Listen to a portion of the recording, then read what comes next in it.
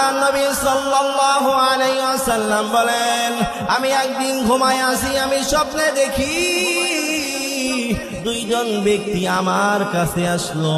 এইরকম মনে হলো আমার ওই বান্দাটা এসে দুইজন ব্যক্তি আমার একজন ডান পাশে একজন বাম পাশে আসার পর দুইজন ব্যক্তি একজন আমার ডানে একজন বামে, এমন মনে হলো ওই দুইজন ব্যক্তি আমার হাতটা ধরে ধরে এমন একটা জায়গায় একটু টানা টানা মতো করে নিয়ে গেল।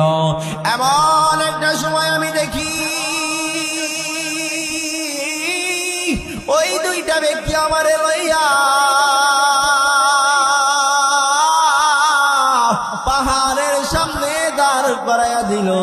ওই দুইটা ব্যক্তি ডাক দিয়ে বলে, আপনাকে এই পাহাড়ের উপরে উঠতে হবে। আল্লাহ নবী বিশ্ব নবী হযরত মুহাম্মদ সাল্লাল্লাহু আলাইহি ওয়াসাল্লাম বলেন, এত বড় উঁচু পাহাড়ে তো আমি উঠতে পারবো না।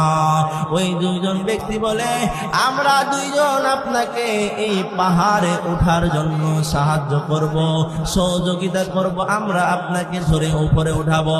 আল্লাহ নবী সাল্লাল্লাহু আলাইহি ওয়াসাল্লাম তাদের কথা শুনে তাদের সাথে তাদের সহযোগিতায় পাহাড়ের নিচের থেকে পাহাড়ের উপরে উঠে গেল। উপরে উঠতে উঠতে যখন উপরে উঠে যাওয়ার পর আল্লাহ নবী বিশ্ব নবী হযরত মুহাম্মদ সাল্লাল্লাহু আলাইহি ওয়াসাল্লাম বলেন, আমি যখন উপরে উঠলাম, উপরে উঠে যাওয়ার সাথে সাথে আমার কানে কেমন যেন একটু চিৎকারের আওয়াজ শোনা যায়, একটু চিৎকার আসে। আমি ওই দুইজন ব্যক্তিকে জিজ্ঞাসা করলাম, আমি যে পাহাড়ের উপর উঠলাম, এই পাহাড়ের উপর ওঠার পর কিসের এত চিৎকারের আওয়াজ শোনা যায়?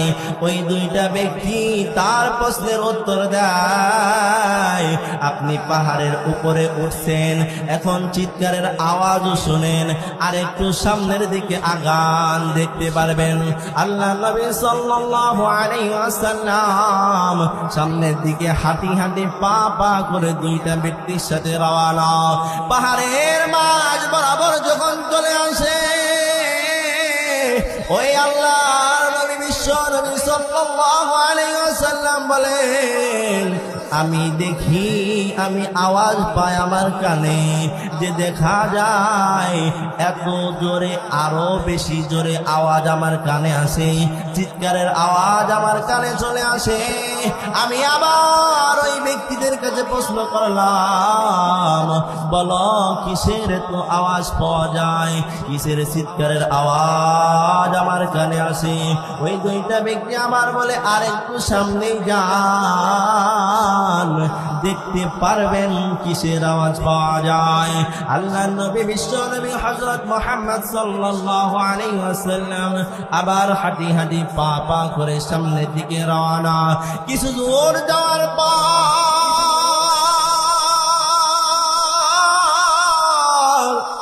পয়গম্বর দেখে কিছু ব্যক্তি, কিছু মানুষের পাও দুইটা উপরের দিকে ঝুলানো অবস্থায় আছে, মাথাটা নিচের দিকে ঝুলানো আছে। এই ডান পাশের চল আর বাম পাশের চল, দুইটা চল করাত দ্বারা সিরাই মেশিনের মতো দুইটা চল করাত দিয়ে ফাড়া হচ্ছে, আর ওই চল থেকে জমিনে রক্ত পড়তেছে। আল্লাহ নবী বিশ্ব নবী হযরত মুহাম্মদ সাল্লাল্লাহু আলাইহি ওয়াসাল্লাম বলেন, ওই দুইটা ব্যক্তির কাছে নবীজি জিজ্ঞাসা করে, বলো এই ব্যক্তিগুলোকে কেন এইরকম পাওগুলো উপরের দিকে বাঁধা, মাথাটা নিচের দিকে ঝুলানো, আবার দেখি চলটাও ফাড়া হচ্ছে, বলো বলো।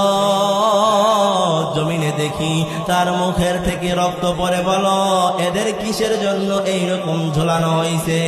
ওই দুইটা ব্যক্তি বলে, পয়গম্বর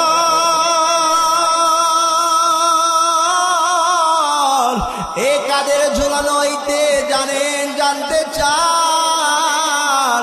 এই ব্যক্তিগুলো দুনিয়ায় ছিল তারা বলে কারা? যারা রমজান মাস পাইয়া রোজা রাখার জন্য সেহরিও খাইলো, সারাদিন একটু কষ্ট করে রোজাও রাখলো, কিন্তু রোজা শেষ হওয়ার আগে, ইফতারি করার আগে বান্দাগুলো রোজা ভেঙে ফেলাইছে। রোজা রাখছে কিন্তু ইফতারি করার আগে রোজা মন মতো রাখছে। ইচ্ছা হলো সেহরি খাইলো, ইচ্ছা হলো রোজা রাখলো, ইচ্ছা হইলো রোজা ভেঙে ফেললো। এরাই দুনিয়ার সেই বান্দাগুলো যারা ইচ্ছা করে রোজা ভেঙে ফেলেছে ইফতারির আগে। এই জন্য আমি আপনাদেরকে জিজ্ঞাসা করতে চাই, যে বান্দাগুলো রোজা রেখে ভাঙিয়ে ফেলার জন্য যদি তাদের এইরকম শাস্তি হইতে পারে, যারা রোজা রাখে না তাদের কম হবে না বেশি হবে?